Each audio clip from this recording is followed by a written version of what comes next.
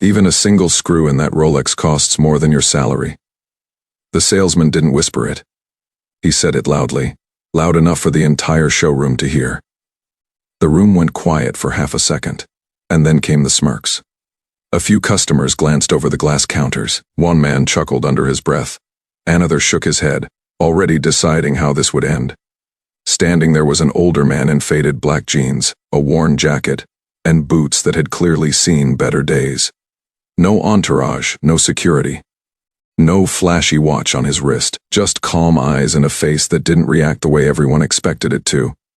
That man was Ozzy Osbourne, but nobody in that Rolex showroom seemed to know or care. The salesman leaned back slightly, arms crossed, enjoying the moment. This was his territory. And in his world, money spoke louder than manners. "You see this display?" The salesman continued, tapping the glass. "These watches aren't for browsing, they're for people who can actually afford them." Ozzy looked down at the Rolex inside the case. Gold, heavy, perfectly polished. He studied it like someone who truly understood craftsmanship. "I just wanted to look," Ozzy said calmly. No anger, no sarcasm, just a simple sentence. That seemed to irritate the salesman even more. "Looking is free," he replied. "But touching, asking questions, that's for serious buyers." A young couple nearby pretended not to listen, but they were listening. Two employees exchanged amused glances. This wasn't the first time they'd seen someone judged at the door. Ozzy nodded slowly.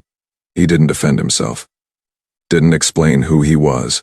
Didn't raise his voice. Instead, he smiled faintly. The kind of smile that comes from someone who's heard worse and survived it. The salesman mistook that silence for defeat.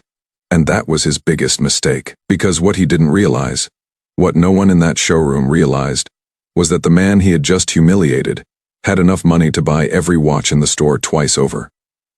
And what happened next would turn that luxury showroom completely upside down. But first, you need to see how far arrogance can go. It was late afternoon, the kind of hour when a luxury showroom feels less like a store and more like a private club. Soft lights reflected off glass cases.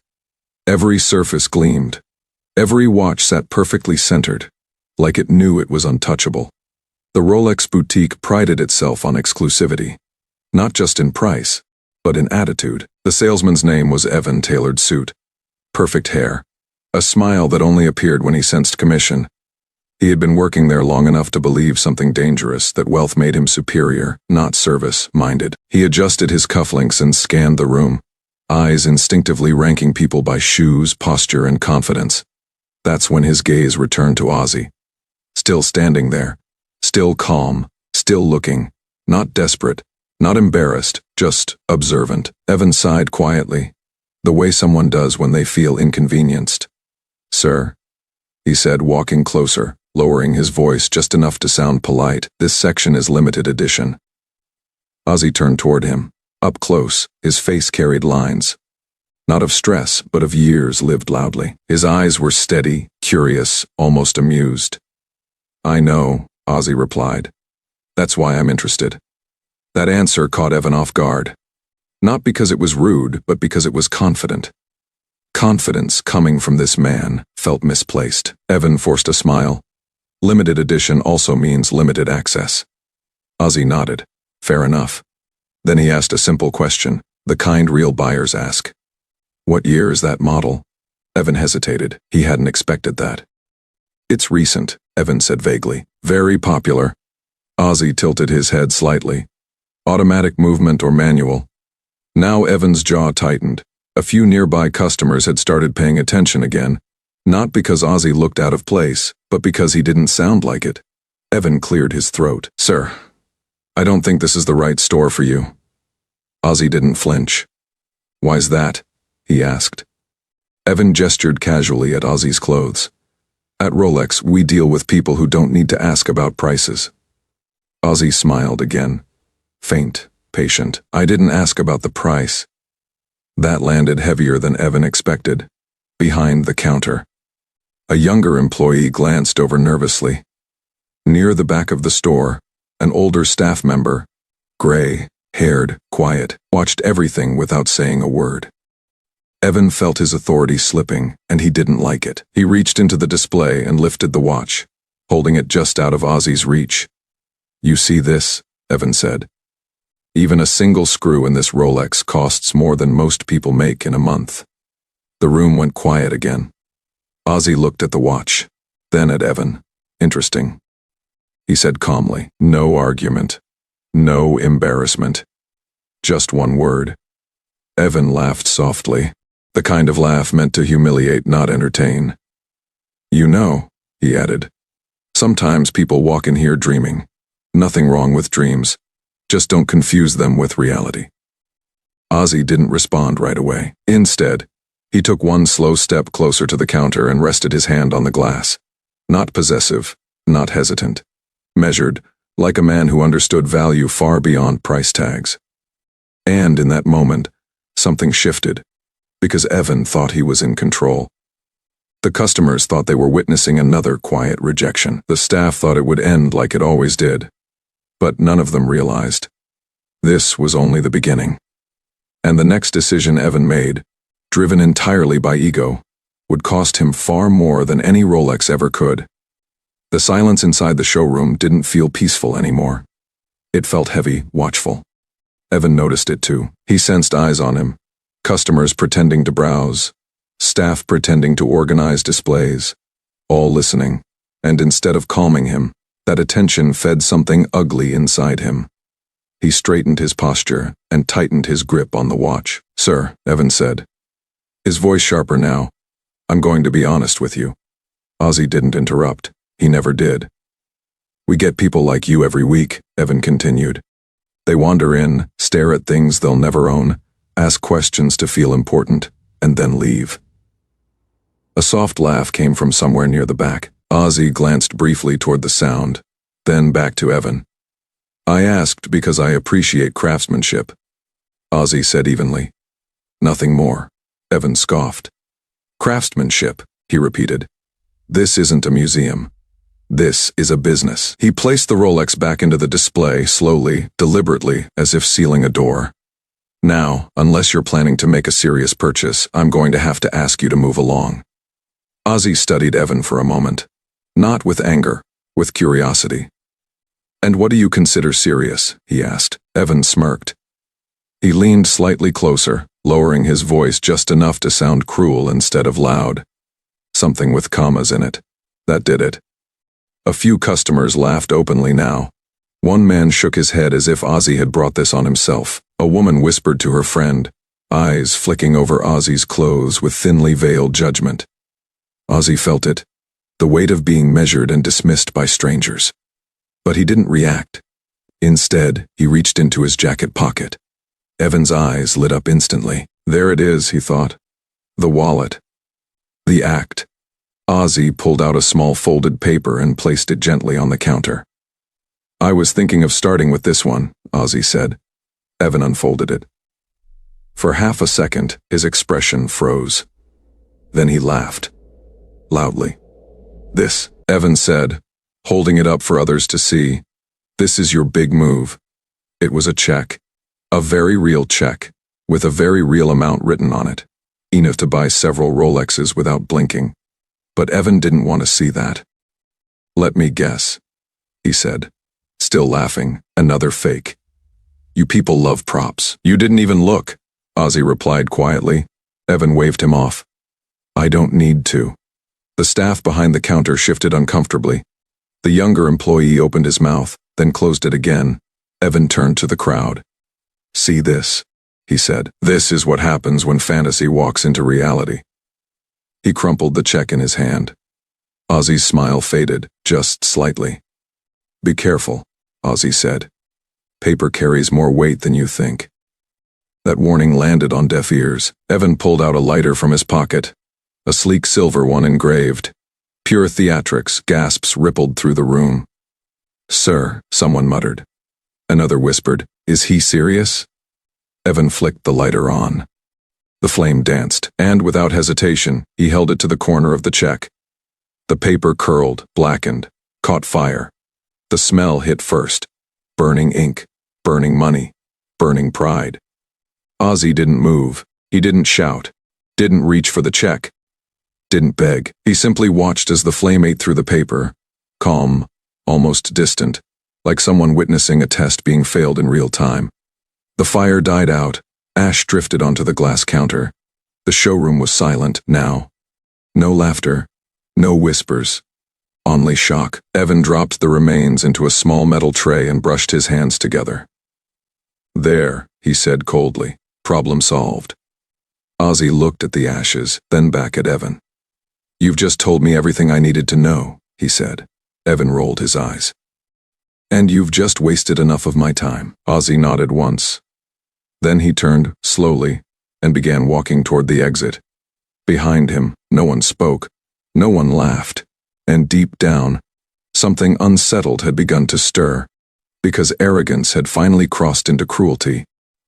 And the price for that was about to be collected. Ozzy's footsteps were slow and steady as he walked toward the exit. No rush, no anger, no drama. The glass door reflected his figure as he passed, an ordinary man leaving "Evan," he said calmly. Evan turned, irritated. "What?" The man stepped forward slightly. His name badge read Thomas. He'd worked there longer than anyone else, long enough to remember when customer service meant service, not judgment. "I've seen that face before," Thomas said slowly. Evan rolled his eyes. "Oh, please." "No," Thomas continued. "I'm serious." He squinted toward the door Ozzy had just walked through. "Years ago, back when my son dragged me to concerts I didn't understand. That got Evan's attention, just a little." Thomas frowned, thinking. "Wild hair back then," he added. "Stage lights. A voice you couldn't forget." Evan laughed sharply. "Let me guess. You think he's famous?" "I think," Thomas replied carefully, "we may have made a mistake." That word, mistake, landed heavier than Evan expected. Before he could respond, a commotion stirred outside the store. The low hum of an engine, then another. A sleek black vehicle rolled to a stop right in front of the showroom. Heads turned instinctively. The door opened. A man in a dark suit stepped out, scanning the storefront like he was looking for someone important. Then another, then another. Their posture was different, focused, urgent. One of the customers whispered, "Who are they?" Evan felt a knot form in his stomach, small but sharp. "Probably executives from the mall," he muttered, more to himself than anyone else. But Thomas didn't look convinced. The first suited man entered the store and looked around quickly. His eyes landed on the ashes on the counter, then on Evan, then finally on the door. "Where is he?" the man asked. Evan straightened up instantly. "Sir, can I help you?" "Yes," the man said sharply. "You can tell me where Mr. Osbourne is." The showroom froze. Evan blinked. "I'm sorry. Who?" The man exhaled slowly, clearly trying to stay calm. "Ozzy Osbourne," he repeated. "We were told he'd be here." A ripple moved through the room. Not loud, but electric. One customer gasped softly. Another's eyes widened. Thomas closed his eyes. Evan's mouth went dry. That can't be right," Evan said weakly. "He just—" The suited man looked past him, noticing the metal tray. He stepped closer. "What's that?" he asked. Evan hesitated. "A misunderstanding," he said quickly. The man's gaze hardened. "Tell me exactly what happened." Evan's confidence cracked, just a hairline fracture, but it was enough. Outside, through the glass, Ozzy stood beside the black car, hands in his pockets, waiting calm as ever. And inside the showroom, reality was beginning to catch up. Because the silence that followed wasn't awkward anymore. It was afraid, and everyone in that room suddenly understood the same terrifying truth. They hadn't just watched a man be humiliated. They had watched power walk out the door, quietly, and it was about to walk back in. The suited man didn't wait for Evan's answer. He walked past the counter, past the glass cases, straight toward the entrance, his pace fast and purposeful. Two others followed him in silence, their shoes echoing sharply against the polished floor. Every eye in the showroom tracked them. Evan stood frozen behind the counter, heart pounding now. The confidence he'd worn so comfortably moments ago slipping like a badly tailored jacket. Thomas watched quietly, his face heavy with confirmation rather than surprise. The door swung open. Outside, Ozzy Osbourne stood beside the black car, calm as ever, staring up at the sky like he had nowhere else to be. "Mr. Osbourne," the suited man said, his tone instantly respectful. "I'm so sorry we missed you." Ozzy turned slowly. His expression didn't change. No satisfaction, no anger, just recognition. "It's all right," Ozzy replied. "I was just leaving." "Please," the man said quickly. "We've been trying to reach you all afternoon. The board is waiting." The word board drifted into the showroom like smoke. Customers leaned in. Phones subtly came out again.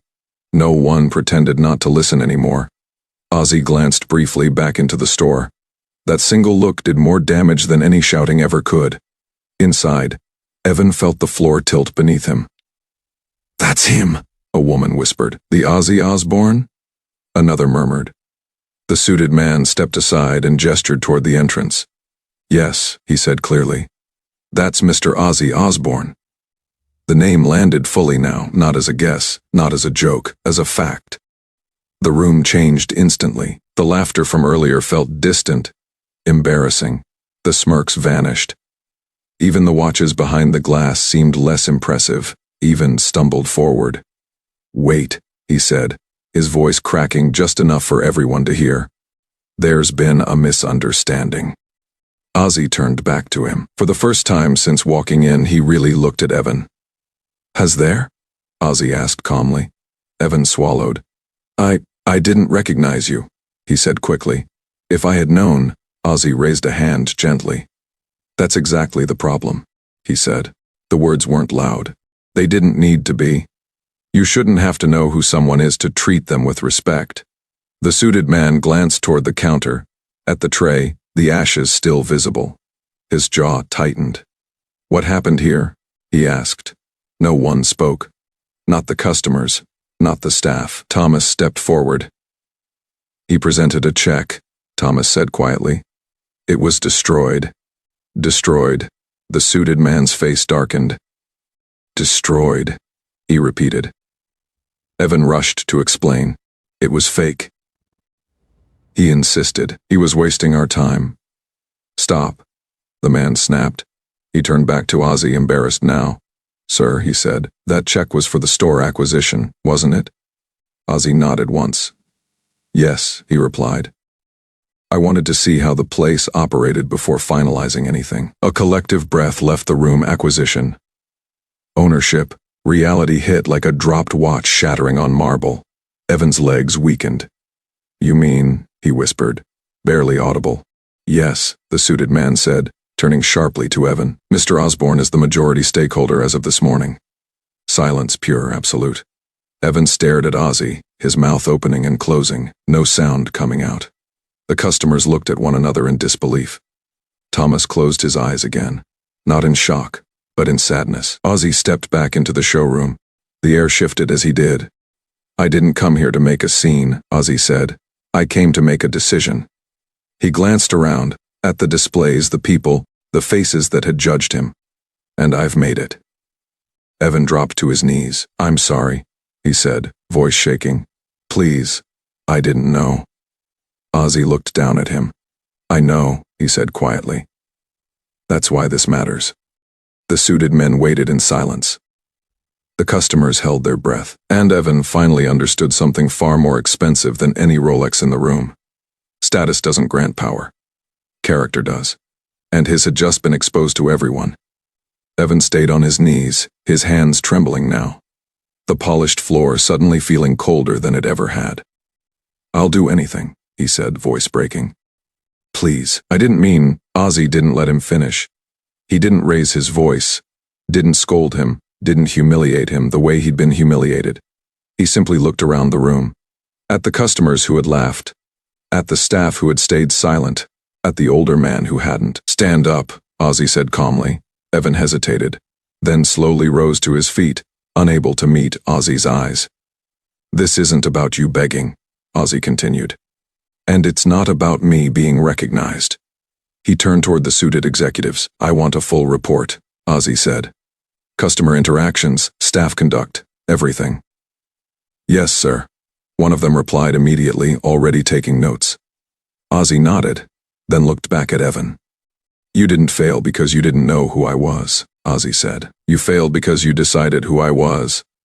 The words cut deeper than anger ever could. Evan opened his mouth again, but no defense came out. Ozzy turned instead to Thomas. You spoke up, Ozzy said. Why? Thomas straightened, surprised. Because respect shouldn't depend on appearances, he replied simply. Ozzy smiled, genuinely this time. How long have you worked here? He asked. 27 years, Thomas said. And in all that time, Ozzy said, have you ever treated someone differently because you thought they couldn't afford what was behind the glass? Never, Thomas answered without hesitation. Ozzy nodded once. Good. He turned back to the executives. From today, Ozzy said, Thomas is your new floor manager. Gasps rippled through the room. Thomas froze. Sir. You've already proven you're qualified, Ozzy said. Leadership isn't about selling. It's about seeing people. Thomas swallowed hard and nodded, eyes misting. Evan's shoulders slumped.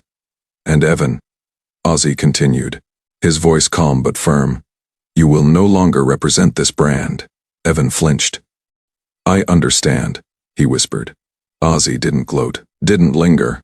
He gestured toward the tray of ashes. Clean that up, he said, and remember it. Evan nodded silently.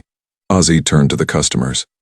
I apologize, he said, not for what happened to me, but for what you witnessed.